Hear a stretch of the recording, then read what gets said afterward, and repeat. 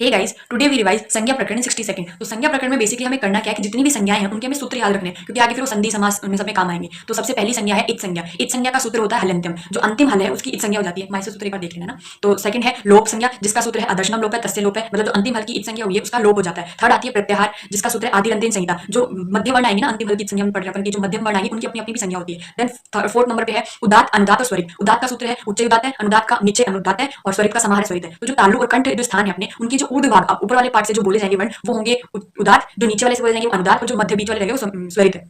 फिर आता है ऋस्व दीर्घ प्लुत है। इसका सूत्र होता है उकालो जस्व दीर्घ प्लुत है। मतलब जो ऋस्व वर्ण है, दीर्घ वर्ण है और जो प्लुत एक मात्रा को बोलने में टाइम लगता है वो ऋस्व वर्ण हो गए। फिर जो दो मात्रा में बोलने का टाइम लगता है वो दीर्घ वर्ण हो गए। दो से अधिक का टाइम लगता है वो प्लुत वर्ण हो गए। देन आती है अनुनासिक संज्ञा। इसका सूत्र होता है मुख नासिको वचनो अनुनासिक है। मतलब जो मुख और नासिका दोनों से उच्चारित जो वर्ण होते हैं उनकी अनुनासिक संज्ञा होती है। फिर आती है सवर्ण संज्ञा। सवर्ण संज्ञा का सूत्र है तुल्या से प्रयत्नम सवर्णम, मतलब जिनका उच्चारण स्थान और अभ्यंतर प्रयत्न सेम होता है उनकी सवर्ण संज्ञा होती है। देन आती है संहिता संज्ञा। इसका सूत्र होता है पर सन्निकर्ष संहिता, मतलब दो या दो से अधिक वर्णों में एकदम समीपता होती है उनकी ये संज्ञा होती है संहिता संज्ञा। देन आती है संयोग संज्ञा। हलो अंतरा संयोग है, मतलब जो हल वर्ण मतलब व्यंजन आएंगे उनके बीच में स्वर नहीं आएगा वहां पे, उनकी संयोग संज्ञा होती है। जैसे त त्र तो वहां पे ए नहीं आएगा। देन है पद संज्ञा। इसका सूत्र होता है सुप्तिंग गंतम पदम, मतलब जो सुबंत प्रत्यय है और तिगंत प्रत्यय है इनकी पद संज्ञा होगी। देन आती है उपसर्ग संज्ञा। तो उपसर्ग संज्ञा का सूत्र होता है प्रादे क्रिया योगो, मतलब जो प्रआदि उपसर्ग है उनकी उपसर्ग संज्ञा होती है। देन आती है गुण संज्ञा। गुण संज्ञा का सूत्र होता है अधेन गुण है, जो ए और ओ है उनकी गुण संज्ञा होगी। देन आती है वृद्धि संज्ञा। वृद्धि संज्ञा का सूत्र होता है वृद्धि राधेज, जो कि आ आई और औ की वृद्धि संज्ञा होगी। लास्ट है प्रग्रहण संज्ञा। इसका सूत्र होता है ईदो द्वे द्विवचनम, मतलब जो इकारांत उकारांत एकारांत जो द्विवचनम शब्द है उनकी प्रग्रहण संज्ञा होती है।